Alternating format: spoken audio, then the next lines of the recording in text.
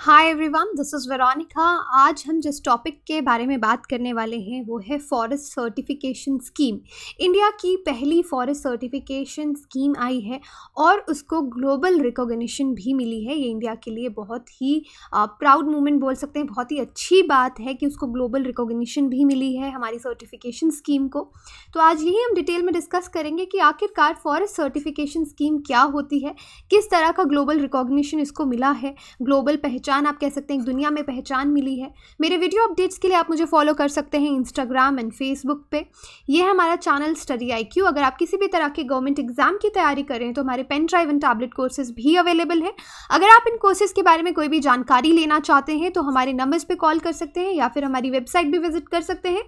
PDF जो है Hindi English भाषाओं दोनों में ही हमारी वेबसाइट पे अवेलेबल रहता है, राइट। और ये जो लेक्चर है हिंदी इंग्लिश दोनों ही भाषाओं में आपको उपलब्ध करवाया जाएगा स्टडी IQ यानी हमारे चैनल पे। अब देखिए एग्जाम के हिसाब से इसका क्या रिलेवेंस है। UPSC पर्सपेक्टिव से बात करें तो आपका जो मेंस पेपर 3 है इन्वायरमेंट का, वहाँ पे ये टॉपिक आपका कवर होता है। उसके बाद ऑब्जेक्टिव लेवल पे ये स्कीम क्या है, इसके फीचर्स आपको पता होने चाहिए। और forest certification scheme in general क्या है, ग्लोबल लेवल पे भी क्या है, ये भी पता होना चाहिए। और इंडिया में फॉरेस्ट सर्टिफिकेशन स्कीम क्या है, किसने लॉन्च किया, इसकी डिटेल्स आपको पता होनी चाहिए। अब देखिए न्यूज़ में क्यों है, क्योंकि रिसेंटली अभी कुछ देर पहले ही जेनेवा बेस्ड एक नॉन प्रॉफिट ऑर्गेनाइजेशन है, उन्होंने डिसाइड किया, इंडोर्स किया हमारी certification standard for sustainable forest management. हमारी जो फॉरेस्ट सर्टिफिकेशन स्कीम है SFM सस्टेनेबल फॉरेस्ट मैनेजमेंट, उसको एंडोर्स किया। एंडोर्स करना यानी उसका समर्थन किया। और ये जो स्कीम है इसको भारत में डेवलप किया गया है NCCF द्वारा।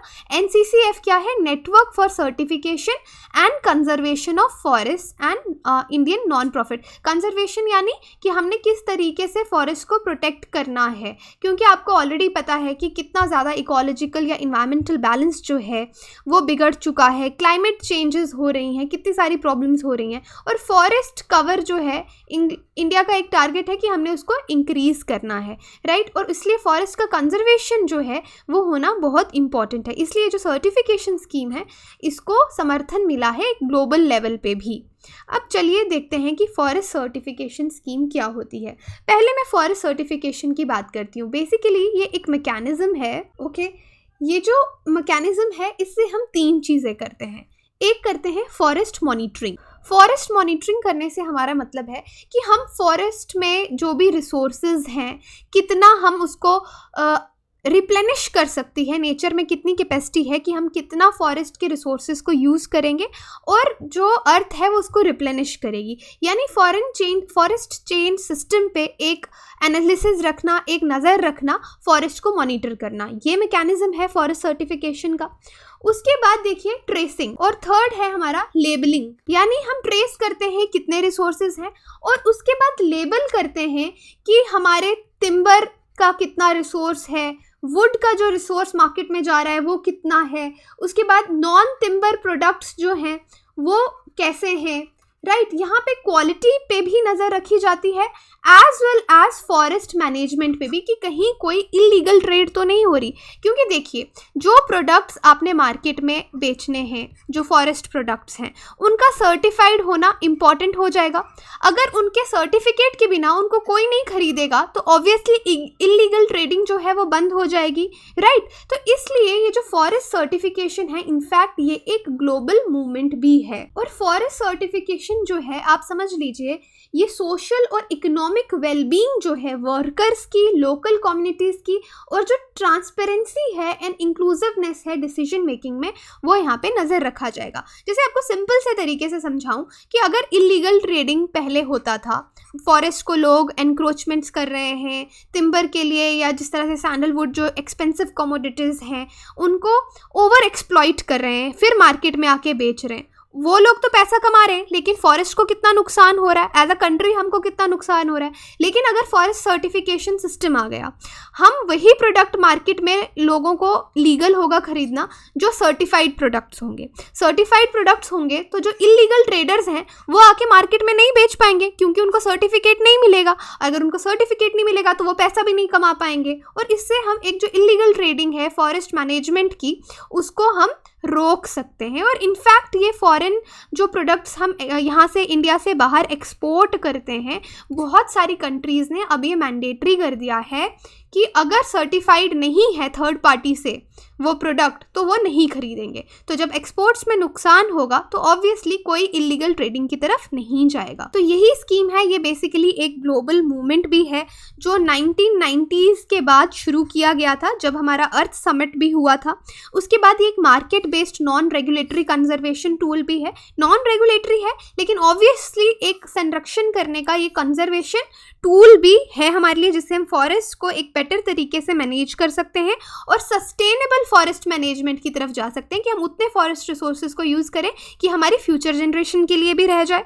और फॉरेस्ट मैनेजमेंट सर्टिफिकेट्स जो हैं अब वो मैंडेटरी हो गए एक्सपोर्ट्स के लिए, जैसे मैंने आपको समझाया। बहुत सारे अब डेवलप्ड नेशंस हैं जिन्होंने ट्रेड रिस्ट्रिक्शंस लगा दी हैं कि कोई भी नॉन सर्टिफाइड टिम्बर या नॉन टिम्बर फॉरेस्ट प्रोडक्ट्स हो गए या वुड बेस्ड गुड्स हो गए, उनकी कंट्री में नहीं आएंगे जब तक उनको प्रॉपर सर्टिफिकेट नहीं मिला होगा। तो आप देख सकते हैं कि फॉरेस्ट सर्टिफिकेशन का कितना इंपॉर्टेंस है। अब सिग्निफिकेंस देखिए कि ये जो एंडोर्समेंट समर्थन हमें ग्लोबल लेवल पे मिला है, ये कैसे मिला है। जो council of programme for endorsement of forest certification है, PEFC फुल फॉर्म है इसका। ओके, ऑलरेडी PEFC एग्जिस्ट करता है ग्लोबल लेवल पे, programme for endorsement of forest certification. ये एक इंडिपेंडेंट थर्ड पार्टी सर्टिफिकेशन जो है सस्टेनेबल फॉरेस्ट मैनेजमेंट के लिए देता है। सस्टेनेबल फॉरेस्ट मैनेजमेंट आप समझ गए कि हम रिसोर्सेज को प्रॉपर्ली यूज़ कर रहे हैं, उनको ओवर एक्सप्लॉइट नहीं कर रहे, ताकि हमारी जनरेशन के लिए भी सफिशेंट रहे और फ्यूचर जनरेशन के लिए भी हम उतने रिसोर्सेज छोड़ के जाएँ। तो ये एक थर्ड पार्टी असेसमेंट करते हैं जो PEFC है। तो इन्होंने अभी एक पोस्टल बैलेट पे डिसीजन लिया कि इंडिया का जो सिस्टम है सर्टिफिकेशन सिस्टम, ये बहुत अच्छा है, इसको ग्लोबली रिकॉग्नाइज किया हम इंडिया की फॉरेस्ट सर्टिफिकेशन स्कीम को, जो कि इंडियन फॉरेस्ट ये जो हमारे इंडिया में डेवलप की गई है। अब देखिए इसको किसने डेवलप किया है। इंडिया का जो फॉरेस्ट सर्टिफिकेशन सिस्टम है NCCF ने। NCCF का फुल फॉर्म है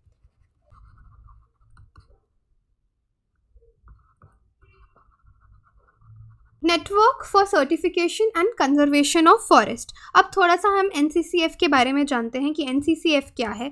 देखिए NCCF को सेटअप किया गया था 2015 में, राइट। 2015 में किसके द्वारा सेटअप किया गया था। जो भी रिप्रेजेंटेटिव्स थे फॉरेस्ट बेस्ड इंडस्ट्रीज़ के, या फिर नॉन प्रॉफिट या फॉरेस्ट ऑडिटर्स हो गए, गवर्नमेंट फॉरेस्ट डिपार्टमेंट्स हो गए, तो इनका एक ही यहाँ पे एम था कि इस तरह का एजेंसी सेटअप किया जाए जो कि स्टैंडर्ड्स बिल्ड करे कि इंडियन फॉरेस्ट के किस तरह से जो प्रोडक्ट्स हैं वो यूज़ किए जाएंगे और सस्टेनेबल फॉरेस्ट मैनेजमेंट के लिए प्रॉपर स्टैंडर्ड्स जो कि इंटरनेशनल स्टैंडर्ड से मिलते जुलते हों, उस तरह के स्टैंडर्ड सेट किए जाएं। तो इसलिए NCCF को जो है इसको आप कह सकते हैं सेटअप किया गया था 2015 में, ये आपको याद रखना है। और NCCF की जो ये फॉरेस्ट सर्टिफिकेशन स्कीम है, इसका एक ही एम है, एक एम आप नॉर्मल जो मैं बार बार बोल रही हूँ, इंडियन फॉरेस्ट मैनेजमेंट।